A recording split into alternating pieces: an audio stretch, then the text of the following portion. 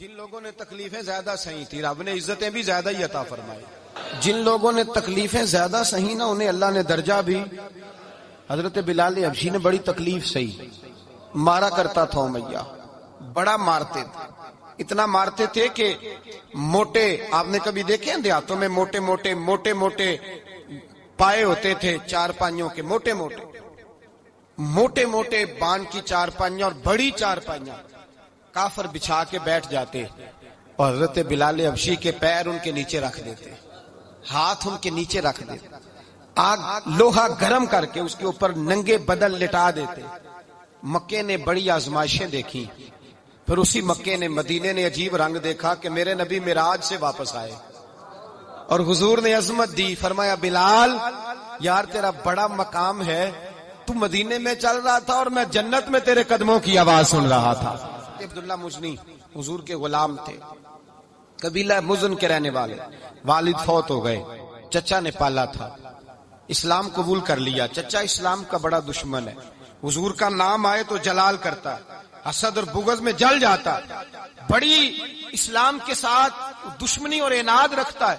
حضرت عبداللہ کہتے ہیں پہلے تو میں عشق رسالت کو دباتا رہا, پھر یہ چنگاری شعلہ بن گئی, پھر کہ یہ ہلکا سا جذبہ سمندر اور صحرا کا روپ دھار گیا. فرماتے ہیں ماں تھی اور میں تھا, میں گیا جا کے چچا سے کہا میں نہیں رہ سکتا. کہاں جائے گا؟ تو میں نے دھیمے لہجے میں کہا میں مدینے جاؤں گا, اب میں رسول اللہ کے مدینے جاؤں گا, اب میرا گزارا نہیں ہوتا, اب میں جاؤں گا. کہتے ہیں چچا کہنے لگا اچھا تو وہاں جائے گا, تجھے میں نے پالا, میں نے پوسا, وہ مکان میں نے تجھے بنا کے دیا, تیری جیب میں جو پیسے ہیں میرے دیے ہوئے ہیں. کہتے ہیں میں نے کہا چچا میں سارا کچھ سوچ کے آیا ہوں, مکان بھی تو رکھ لے, پیسے بھی رکھ لے. کہتے ہیں اس نے ہر چیز رکھوا لی. جب پلٹنے لگا تو چچا کہنے لگا جو کپڑے تو نے پہنے ہیں یہ بھی میں نے خرید کے دیے تھے. حضرت عبداللہ فرماتے ہیں میں نے وہ کپڑے بھی اتار کے دیے.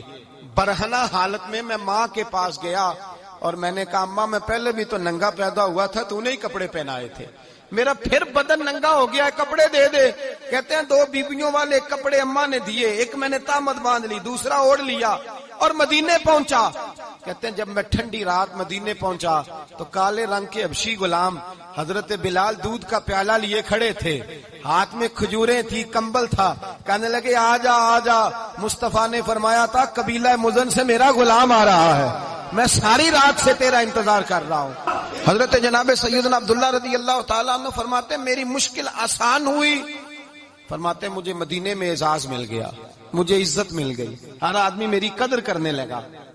گویا بزرگ کہتے ہیں کہ حضرت عبداللہ دعا کرنے لگے کہ اے اللہ تو نے مجھے بڑی شان دی ہے مصطفیٰ کی گود میں, اگر اسی رحمت کے چھاؤں میں پردہ کر جاؤں تو میری بات بن جائے گی.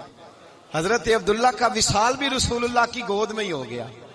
گود میں نہ کوئی رشتہ دار, نہ کوئی تعلق دار, نہ کوئی ہمسایا اپنا, نہ کوئی چچا, نہ کوئی ماموں, شہر میں تنہا اسی کسے دے کچھ نہیں جے لگ دے, تے نہ کوئی ساڈا دردی.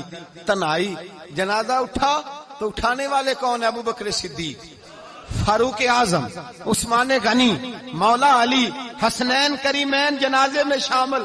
میرے رسول پاک صلی اللہ علیہ وسلم نے جنازہ پڑھایا. دیکھو مشکل کاٹی تھی تو آسانی کا رنگ دیکھو, آسانی کا انداز دیکھو.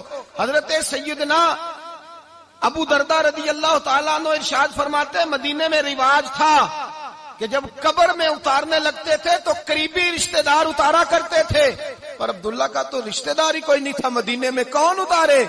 فرمایا جب قبر میں اترنے لگے تو حضرت ابو بکر صدیق اور حضرت عمر فاروق اتر گئے کہ ہم قبر میں اتارتے ہیں.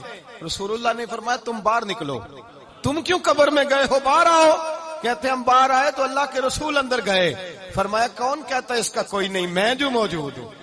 کون کہتا ہے کوئی نہیں؟ فرمایا رکھو میرے ہاتھوں پہ. کہتے ہیں حضور کے دستے مبارک پہ رکھا اور باہر کھڑے ہم رشک کرنے لگے کہ واہ اللہ تیرا آسانی دینے کا رنگ, آسانی. اس نے مشکل برداشت کی تو رب نے مصطفیٰ کے قدموں میں آسانیاں عطا فرمائی. پسے اور حضور نے قبر میں رکھا, نبی پاک نے. حضرت جناب سیدنا علی المرتضی شیر خدا کرم اللہ تعالی وجہ الکریم کی والدہ حضرت فاطمہ بنت اسد رضی اللہ تعالی عنہ, حضرت علی کی والدہ, بڑا پیار کیا میرے نبی پاک کے ساتھ.